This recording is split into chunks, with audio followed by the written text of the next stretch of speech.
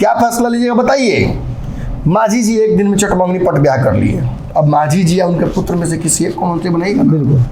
30 दलों को बुलाया गया है, लेकिन विपक्ष के एक भी दल को बुलाया नहीं गया है जी। मुकेश सहनी मंत्री पद पर थे, आपने उनके विधायक तोड़ दिया, मंत्री पद से हट गए। तो मंत्री पद लिया तो मंत्री पद दिया जी। तो वो अब पूरी तरीके से भाजपा के एजेंट हो चुके हैं। नीतीश कुमार इससे बुरी स्थिति में नहीं हो सकते जी। लेकिन ये तय है कि भाजपा से ब्राउनी पॉइंट लेने के लिए, भाजपा के सामने, एनडीए के सामने महागठबंधन को कमजोर करने के लिए नीतीश कुमार के कई आसपास के लोग काम करना शुरू कर चुके हैं जी।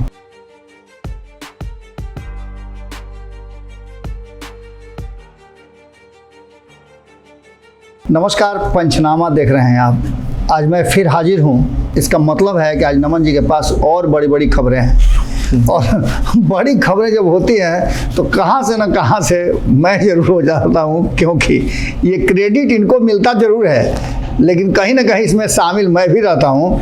और आप लोग जो फ़ोन उन करते हैं तो अक्सर ये कह देते हैं कि अरे बाबा को तो ऐसे बोलना चाहिए था, बाबा को ऐसे बोलना चाहिए था। मैंने यहाँ भी आप लोग हमको छोड़ नहीं रहे हैं, लेकिन खैर चलिए, ये तो होते ही रहता है। आप लोग मालिक हैं, जो कहना है कहिए, जो करना है कीजिए, बताते रहिए क्या हो रहा है। लेकिन आज जो खबर लेकर के हम आए हैं उसमें एक बड़ी खबर है, और बड़ी खबर ये है कि जिसका इंतज़ार था वही बात हो गई।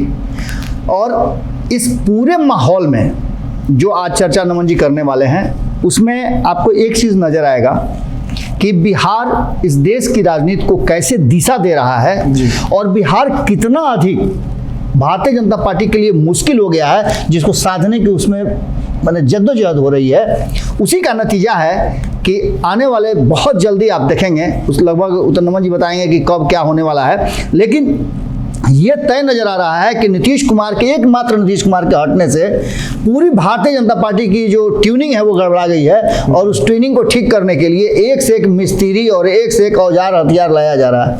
कई तो आउटडेटेड हथियार को भी ला करके उसमें जोड़ा जा रहा है, कहीं इससे चलने लगे जी। तो निश्चित रूप से मंत्रिमंडल के गठन की बात चल रही है, उसमें किसको शामिल किया जाएगा, ये सारी बातें आज होंगी पंचनामा में। तो पहले तो नमन जी से पूछेंगे कि सब कुछ ठीक ठाक है ना बिहार में? ठीक ही है, नीतीश जी प्रयास कर रहे हैं, और मैं तो कहूँगा कि पेशेंट इज रिकवरिंग। बिहार की राजनीति का जो एक पॉलिटिकल पेशेंट था वो रिकवर कर रहा है, देख के अच्छा भी लग रहा है, क्योंकि मुझे लगा था कि गड़बड़ा जाएगा बहुत ज़्यादा स्थिति। हालांकि बहुत हम आसान्वित नहीं हो सकते हैं कि परिस्थितियाँ अभी भी डमाडोल है, सारे वाइटल्स गड़बड़ाए हुए हैं, ऑक्सीजन लेवल गड़बड़ाया हुआ है, राजनीतिक टिकट नहीं हुआ, ट्रेन पे चढ़ जाएगा तो डर लग रहा था कब टीटी आ जाएगा। बिल्कुल, ये लगता है जी। और ये सच्चाई है कि मतलब अगर आप जिस दिन टिकट लेकर नहीं बैठिएगा ना, उसी दिन ज्यादा जांच होता है, टीटी घूमने लगेंगे, बीएसएफ एसएफ वाला घूमने लगेगा लोग वहाँ पे। ये मेंटालिटी इंसानों की है जी। अगर चोरी किए हैं तो दाढ़ी खुजला नहीं लगेगा, सच्चाई है जी जी। और यही गेम जो है वो रीड करते हैं हम बैठकर। अब आपने सुना कि 18 तारीख को मोदी मंत्रिमंडल की माफ कीजिएगा, मोदी मंत्रिमंडल में बोल रहा हूँ, मोदी मंत्रिमंडल से कई लोगों की छुट्टी होने वाली जी। 18 तारीख को एनडीए की एक बैठक होने वाली जी। आपने सुना आज के डिबेट में महापंचायत जो हम रोज 4 बजे करते हैं जी, 4 बजे से 5 बजे के विभिन्न दलों के लोग जुड़ते हैं, उसमें जो भाजपा के प्रवक्ता हैं उन्होंने कहा कि संसदीय टीम की बैठक है और पार्लियामेंट चलने वाला है, इसलिए सभी दलों को बुलाया जा रहा है। चलिए, सभी दलों को बुलाया जा रहा है जी। 30 दलों को बुलाया गया है, लेकिन विपक्ष के एक भी दल को बुलाया नहीं गया है जी। ये साबित करता है कि पहले तो जो आया था उसको न्योता नहीं जी। दूसरा, संसद में जो रिप्रेजेंटेट करने वाले लोग हैं, पार्टियां हैं, उन्हीं को ना बुलाइएगा जी। उपेंद्र कुशवाहा के वो सांसद 2 फेज उन्होंने बताया है, एक 18 और एक 19। पहले दिन भी वही बात वो कह रहे हैं कि वो रूटीन बैठक है। चिराग पासवान, मुकेश सहनी, उपेंद्र कुशवाहा, इनके कितने सांसद हैं? कौन बैठता है वहां सदन में? बिल्कुल। दूसरी बात, इस बैठक को यदि करना पड़ा 18 तारीख को और उसमें विपक्ष के सभी दलों को या सर्वदलीय बैठक नहीं अपनी की, तो निश्चित तौर पर ये एक पक्षीय बैठक है। बिल्कुल, एक पक्षीय बैठक यदि आप कर रहे हैं तो आप निश्चित तौर पर विपक्ष की बड़ी बैठक जो हुई है उससे बेचैन है, कौतूहल है। बिल्कुल, और 17-18 को वहाँ भी होने वाली आप है। कह रहे हैं लेकिन कि आपको फर्क नहीं पड़ता है इससे, लेकिन फर्क आपको पड़ रहा है जी। अब बड़ी बात जानिए, देखिए मैंने आपको कहा था बाबा कि लेट तो हो रहा है, भाजपा दिखा नहीं रही लेकिन बेचैनी है भाजपा। जी जी। ये विपक्ष का कुनबा बड़ा होता जा रहा है और सत्ता पक्ष का कुनबा छोटा है। जी। मांझी जी को रातों रात लाना, उन्हें क्या प्रॉमिस भाजपा ने किया होगा ये आप बेहतर समझ सकते हैं। इसको ब्राउनी पॉइंट की तरह ले रही है। और अगर मुकेश सहनी, चिराग पासवान, उपेंद्र कुशवाहा, पृथ्वी माली, इन सब को भाजपा ऑफिशियली अपना हिस्सा नहीं बना पाई है तो निश्चित तौर पर सबकी शर्तें कुछ ना कुछ होंगी। बिल्कुल। बात नहीं बन पा रही होगी कुछ सीटों पर, जी। कुछ शर्तों पर, कुछ आधारों पर। अब उन आधारों, शर्तों और सीटों की बात जब भाजपा करना शुरू करेगी तो धीरे धीरे ये दल एकजुट हो सकते हैं, एक तरफ आ सकते हैं, वरना ये चले जाएंगे छोड़कर। जी। वरना अब तक उपेंद्र कुशवाहा ने कभी नहीं कहा कि वो एनडीए में है, मुकेश सहनी ने कभी नहीं स्वीकारा कि उनको एनडीए से में जाना है, चिराग पासवान ने कहा कि हम चुनाव में फैसला करेंगे। तो इस आधार पर कैसे आप कह सकते हैं कि एनडीए की बैठक है? बिल्कुल। मतलब कहीं ना कहीं बेचैनी उस गठबंधन से जो बन रहा है जी, देशव्यापी विपक्षी, उससे हो गया है जी। अब इसका अक्सर आप जब बेचैन ये सिक्के का एक पहलू है। टिकट नहीं लीजिएगा, बेचैनी रहेगी तो फाइन भरा जाता है ना। बिल्कुल। और फाइन टिकट के दाम इतना नहीं होता है, उससे कहीं गुना ज्यादा होता है। जी। तो अब कहने का मतलब कि यदि आप फाइन भरते हैं, टिकट लेते हैं तो कम लगता है। आप फाइन भरिएगा तो आपको कैसे भरना पड़ेगा? एक तो नाम सबसे पहले माने मंत्रिमंडल में आपको स्थान देना होगा सबको। जी जी। सीटों में कुछ समझौता करना पड़ेगा, अपने लोगों का नाम सीट काटना पड़ेगा। बिल्कुल। अंतिम समय में हड़बड़ी में आप गठबंधन में लाइएगा मुकेश सहनी को, चिराग पासवान को, उपेंद्र कुशवाहा को, पृथ्वी माली को, तो सबको सीट देना पड़ेगा। सीट कहाँ से काटिएगा? अपने में से। बिल्कुल बिल्कुल।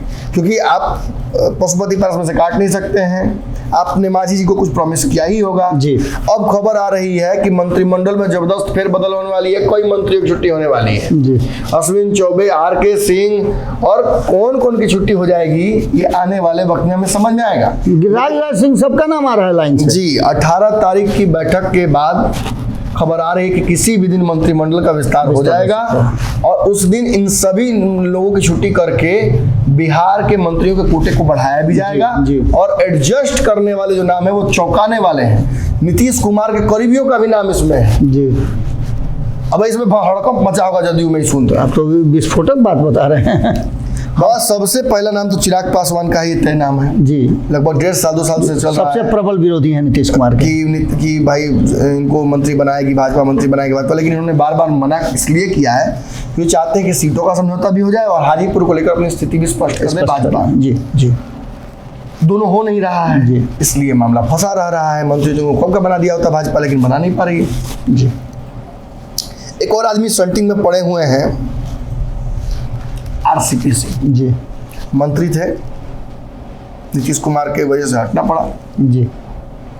अब पूरा लौकुश समाज देख रहा है कि इनको भाजपा बुला के क्या देती है, क्योंकि कल अगर नीतीश कुमार की पार्टी में विधायक तोड़ना है, सांसद तोड़ना है, पार्टी के नेताओं को तोड़ना है, तो एग्जाम्पल दीजिएगा ना कि देखिए आरसीपी जो आए थे तो हम उनको क्या किए। नहीं दीजिएगा तो कहेगा आरसीपी सिंह को देवे नहीं किया तब हमको क्या देगा। ये बड़ा नाजीर है, ये बिल्कुल देना पड़ेगा। और लौकुश को आप अपने पाले में करना चाहते हैं तो संटिंग में डाल के आरसीपी को नहीं कर सकते हैं। बिल्कुल। क्या फैसला लीजिएगा बताइए। मांझी जी एक दिन में चटमंगनी पट ब्याह कर लिए। अब मांझी जी या उनके पुत्र में से किसी एक को मंत्री बनाएगा। बिल्कुल। बिना शर्त के समर्थन कर रहे हैं। सीटों वहाँ 8 को मांग रहे थे, 5 को मांग रहे थे, यहाँ 1 को नहीं मांग रहे हैं। यहाँ कह रहे हैं जो मिलेगा वही ठीक हो सकता है। केंद्रीय मंत्री बनने के बाद चल गई हो। और अब नीतीश कुमार रत्नेश सदा को बुलाकर, माउंटेन मैन के बेटा को बुलाकर सम्मानित कर रहे हैं, मंत्री बना रहे हैं, तो आपको भी बनाना पड़ेगा दशरथ मांझी। बिल्कुल बिल्कुल। मांझी, संतोष मांझी, किसी एक को बनाएगा ना। जी। मुकेश सहनी मंत्री पद पर थे, आपने उनके विधायक तोड़ दिया, मंत्री पद से हट गए। तो मंत्री पद लिया तो मंत्री पद दिया। जी। मुकेश सहनी का तो हिसाब सीधा है कि छोटा लिए तो बड़ा दो। जागर बढ़िया फंसा हुआ है। वहाँ चिराग पासवान भी अगर हो सकता है कि कह दे कि पशुपति पारस वाला ही मंत्रालय चाहिए, वो नया लफड़ा होगा। बिल्कुल। और आप जान लीजिए बाबा कि पशुपति पारस का भी मंत्रिमंडल से छुट्टी लगभग तय है। जी। काम तो बहुत बढ़िया किए हैं, चीजें बहुत दुरुस्त हो रही हैं, लेकिन राजनीति में फिट नहीं बैठ रहे हैं भाजपा के। भाजपा को चाहिए घोड़ा। हमने कहा था कि बच्चा को खिलौना दे दीजिएगा, लेकिन खिलौना नहीं पसंद है, डिब्बा पसंद है। जी, वो डिब्बा से ही खेलेगा, और यही पेच फंस रहा है। और कहीं ना कहीं इसी वजह से इनका भी पल्ला बुलंद लग रहा है। अब मुकेश सहनी की बात तो हो गई, जी, उपेंद्र कुशवाहा की बात की जाए। कहाँ छोड़े थे एनडीए, मंत्री पद से छोड़े थे। कैसे आना चाहिए, बिल्कुल मंत्री पद। बारातियों का स्वागत तो पान पराग से करना पड़ेगा। बिल्कुल बिल्कुल। जहाँ छोड़े थे वहीं से शुरू करिए। आज एक आपको बता रहे हैं नमन जी, भाजपा और इनका गुलजार साहब का लिखा हुआ एक प्रेम कथा जैसा है जी, कि कॉलेज के अंतिम दिन प्रेमी और प्रेमिका दोनों अलग अलग कास्ट के, एक गरीब एक अमीर, नहीं पट पाया ये दूसरा टाइप की है। तो एकाएक दोनों हट जाते हैं। 10 साल बाद दोनों की मुलाकात होती है। जी, ये भी अपने जीवन से खुश नहीं, वो भी अपने जीवन से खुश नहीं। अब दोनों कहते हैं कि भाई 10 साल का गैप लग गया, क्या किया जाए। तो जहाँ से शुरू किए थे वहीं से शुरू किया जाए। यही कहीं ना कहीं भाजपा और उपेंद्र कुशवाहा की भी दोस्ती में दिख रहा है। जी, ये तो वो नाम है जो संभावित है पूरी तरीके से।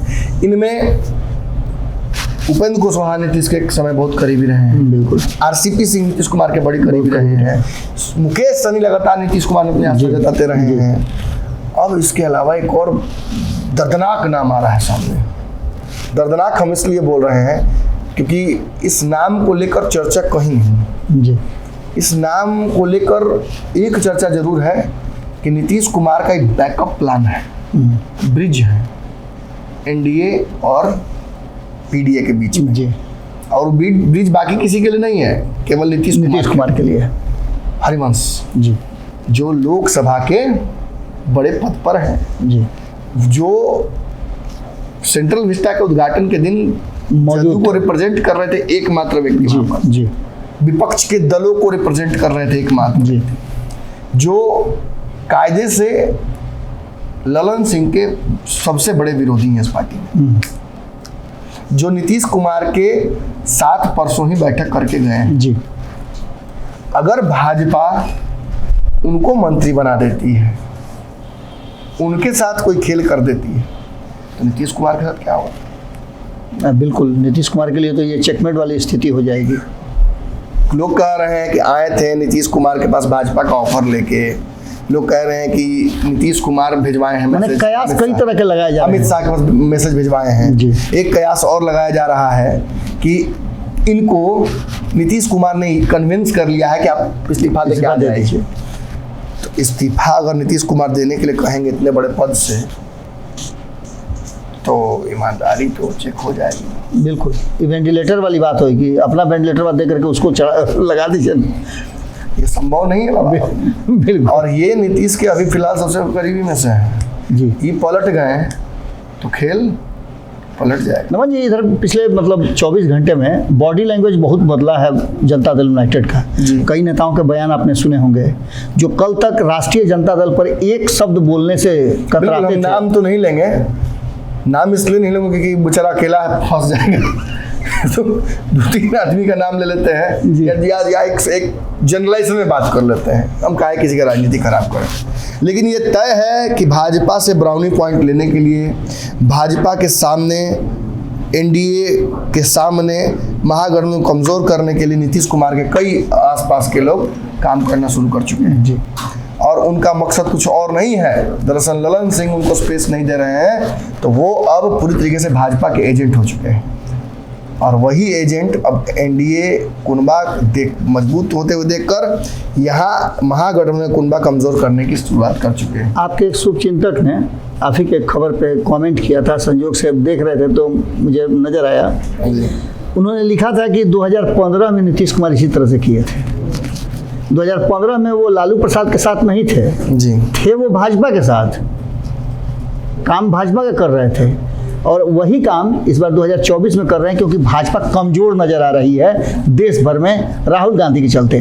तो एक तरफ राहुल गांधी को कमजोर करना जरूरी है, वहीं दूसरी तरफ राष्ट्रीय जनता दल को कमजोर करना जरूरी है। और नीतीश कुमार के लिए तो हमेशा रास्ता खुला हुआ है, एक खिड़की तो खोल के ही रखते हैं। तो ये बातें चर्चा में चल रही है और दर्शक ने कहा निश्चित तौर पर ये नीतीश कुमार इससे बुरी स्थिति में नहीं हो सकते। जी। और यहाँ से वो अपने आप को फिर रिकवर करने की कोशिश कर रहे हैं। तो इतना आसान नहीं होगा। आपको पता है कि जवानी की चोट जल्दी ठीक हो जाती है, बचपन की चोट बुझाती ही नहीं है। अब बुढ़ापा का चोट जान लेने का एक सबब बन जाती है। जहाँ लग गया वहीं से मरना है आपको, ये तय है। जब पुरवैया बहेगा तब तो दर्द होता है। तय है, जिधर चोट लग गया, कमर में चोट लग गया भाई, तो कमरे ले डूबेगा। और ये सच्चाई है। और निश्चित तौर पर ये बुढ़ापा में जो धाका लगा है नीतीश कुमार को, जी, ये धाका उनको कुछ दूर तक माने झटका देगा। रिकवरी में लगे हुए हैं, लेकिन संभव नहीं है। भाजपा अगला झटका जो देने वाली है, मैंने पहले ही आप लोगों को इशारा समझा दिया है। कुछ प्लस माइनस कर सकती है भाजपा, लेकिन स्थितियां ऐसी ही फेज आउट हो रही हैं। जल्दी कोई बड़ा बिहार में उलटफेर भाजपा में भी आपको देखने को मिलेगा, और संगठन में भी देखने को मिलेगा, मंत्रिमंडल में तो बिल्कुल ही देखने को मिलेगा, और नया स्वरूप एनडीए का आपको बिल्कुल ही देखने को मिल रहा है। तो आपने पंचनामा में आज जो बातें सुनी, मैं चाहूँगा कि जब तक आप पूरा देख लें और देखने के बाद अपने विचार जरूर दें, क्योंकि आपके विचार बहुत इंपॉर्टेंट होते हैं। बिहार की राजनीति, देश की राजनीति को एक बार फिर से गाइड करने लगी है, और अगर बिहार कोई बड़ा राजनीतिक उलट पुलट कर दे तो कोई बड़ी बात नहीं होगी। पंचनामा की अगली कड़ी में फिर आपसे मुलाकात होगी। बहुत बहुत धन्यवाद।